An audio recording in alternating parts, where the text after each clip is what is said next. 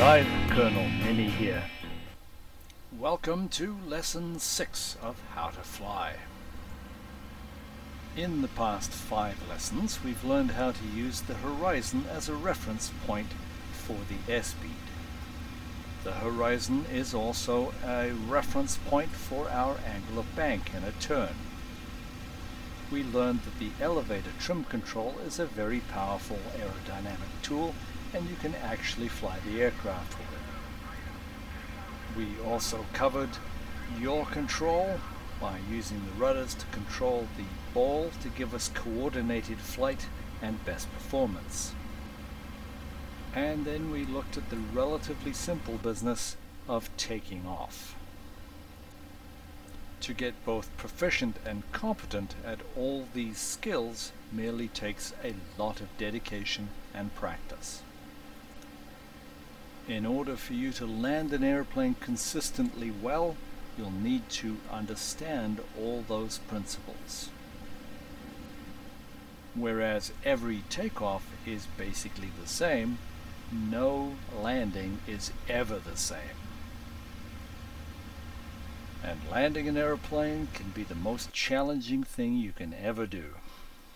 So what's required is an excellent, well-planned and well-executed approach which will deliver you to the runway at the right time, at the right speed and in the right place so that you can touch down and kiss the earth.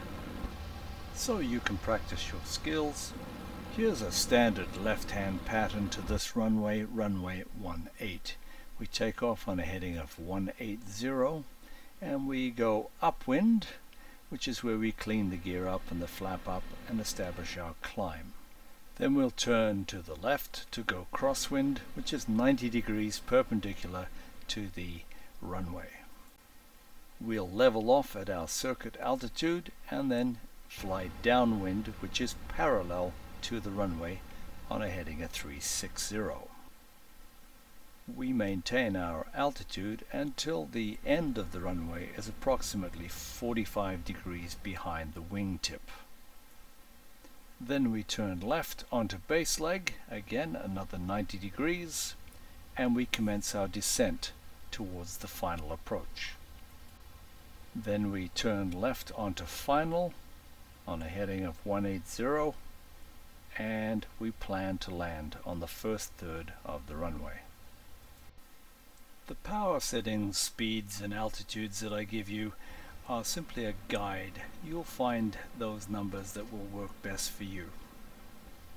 After takeoff, we're going to climb to 200 meters, then we're going to do a left turn and keep climbing up to 500 meters. Once we've leveled off at 500 meters, we'll turn left downwind and maintain 500 meters until it's time to turn base. At this point, we'll reduce the power and commence the descent. Go through the takeoff sequence and then reduce the power to 2300. Then you'll turn left to crosswind leg and keep climbing to your circuit altitude, where you will lower the nose, level off and bring the power back to 1800 RPM. You'll maintain 1800 RPM all the way down downwind leg until you've put the gear down and begin your turn onto base. Then you'll pull your power back to idle, and if you've planned the approach right, you won't need to add the power at all until you're on the ground. And as I mentioned in lesson 3, after every attitude change and every power change, you'll need to adjust the trim. I'm going to demonstrate now 6 different approaches. The key here for you is to look at the reference points that I give you and use those yourself. So on downwind leg, the end of the runway is about level with the end of the wingtip. Use that for a reference.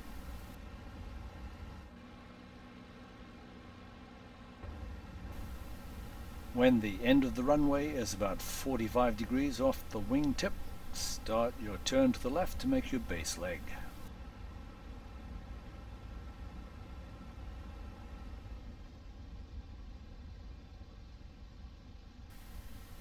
Reduce the power to idle.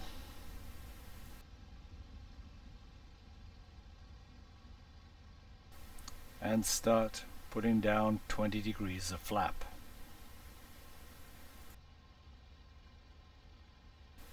All clear on the final approach, you can turn in.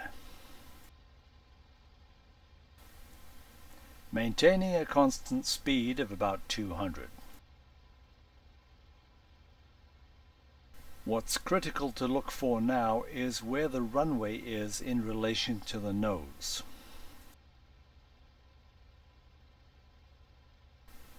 The speed is good, the approach looks good, but you cannot see the runway, which means we're a bit low. It looks like our speed is decreasing.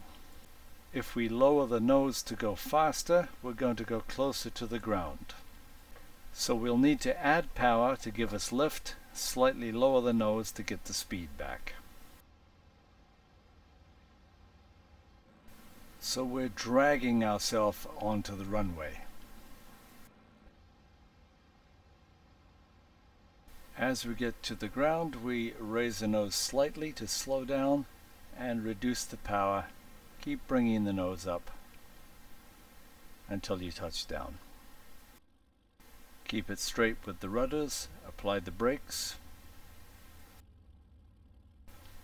If we critique that approach in landing, we were a little too wide on the downwind leg and a little too far from the end of the runway when we turned in on base. We only landed with 20 degrees of flap, which is fine, but we wanted to land with 40. Had we used 40 degrees of flap, we would have descended much sooner and would have needed more power to get to the runway. So let's do another circuit and approach and see if we can improve on what we did last time. We'll pull in a little tighter on the downwind and keep it a little closer to the airfield. And we're starting the downwind leg now that we've leveled off at 500 meters. Notice how the runway is just about at the end of the wingtip. That's about the right distance, so use that as a reference point.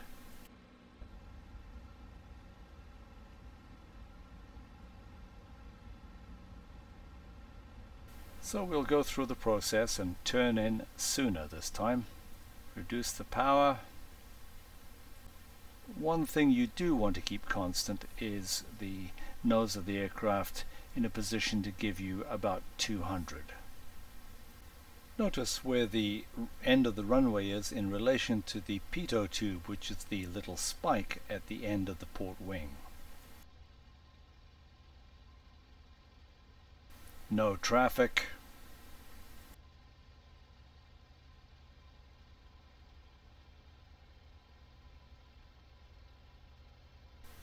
This is a much better approach, and we shouldn't have to use power to get down to the runway.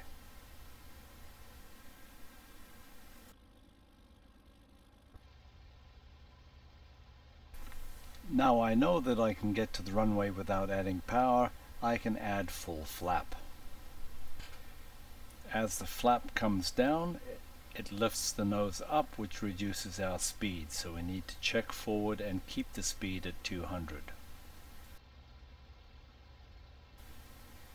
And so in comparison to the first circuit, this was much better.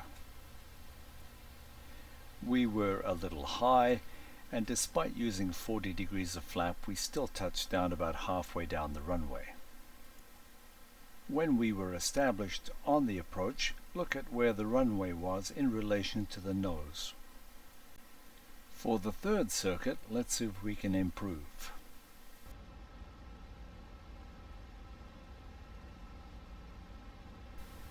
And we seem to be the right distance from the runway, with it just underneath the wingtip.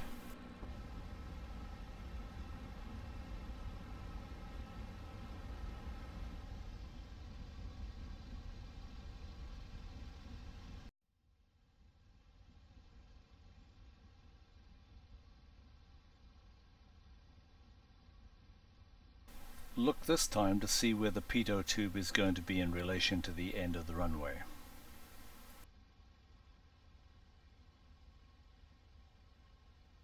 This already looks much better.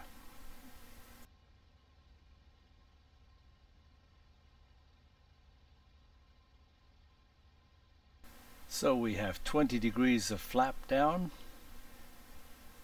What do you think? Is it a good approach? And notice here where the runway is in relation to the same point on the nose. How does that look? Should I add power, add flap, do nothing? Look at the airspeed. What should you do?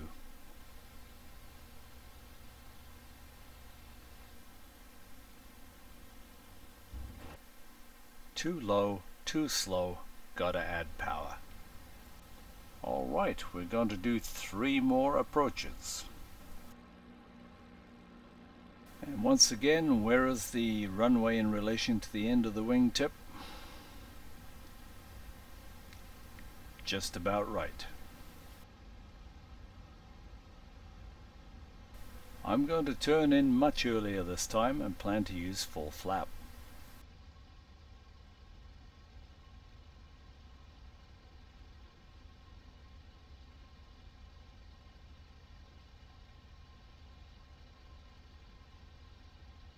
Down goes 20, speed's good.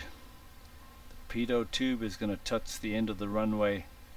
I think this is really looking good.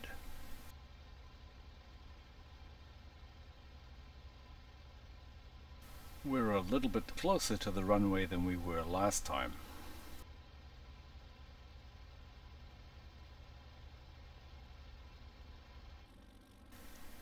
So if we were low last time, how does our reference point look now? It tells us we're low again, so we should get the power on pretty quickly.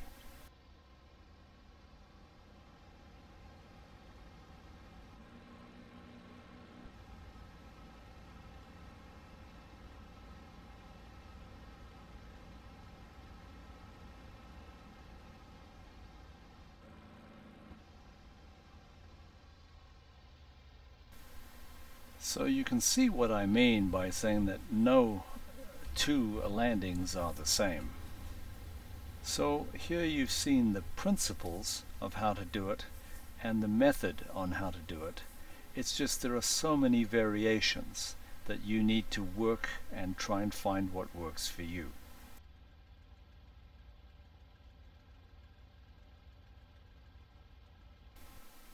On this one we're going to take off with 20 degrees. Let's follow through on the takeoff sequence. Full power, keep it straight, lower the nose at 80,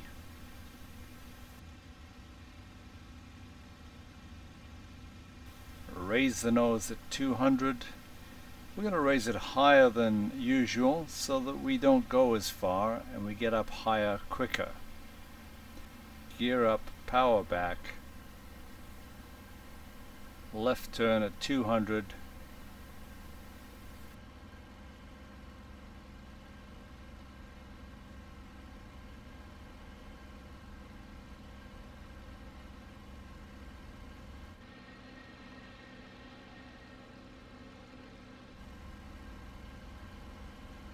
keep climbing to 500 on the crosswind leg,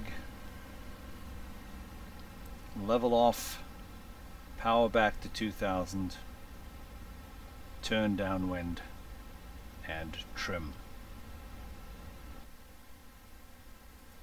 And the runway is just off the end of the wingtip, which is where we expect it to be.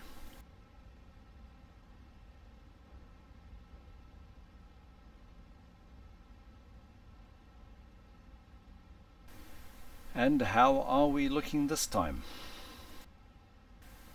How does the end of the runway look in relation to the pitot tube on the end of the port wing?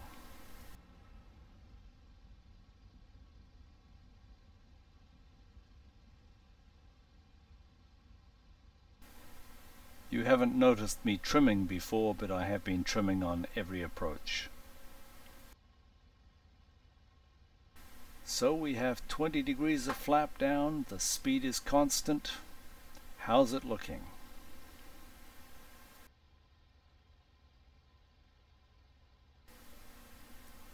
So look for that reference point on the end of the runway and the nose.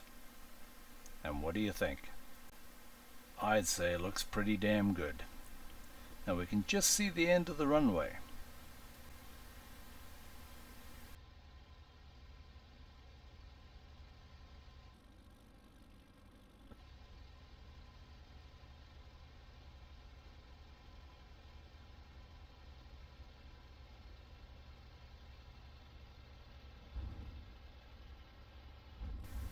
So I'd say that worked out pretty well. In the last circuit, I'm not going to say much. You guys know what's happening. You try and figure out if we're doing the right thing or the wrong thing, and think how you would improve it to get a better result. Power is at 18, flaps are coming down. I'm going to keep the power on all the way down the approach and use full flap at the end.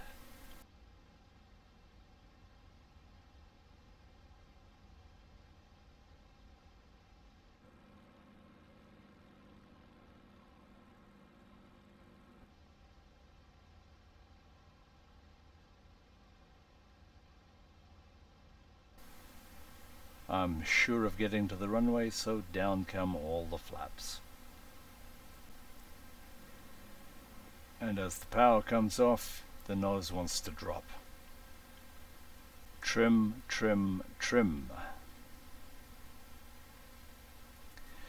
Well, I hope you've enjoyed this. There's nothing better than making a great landing.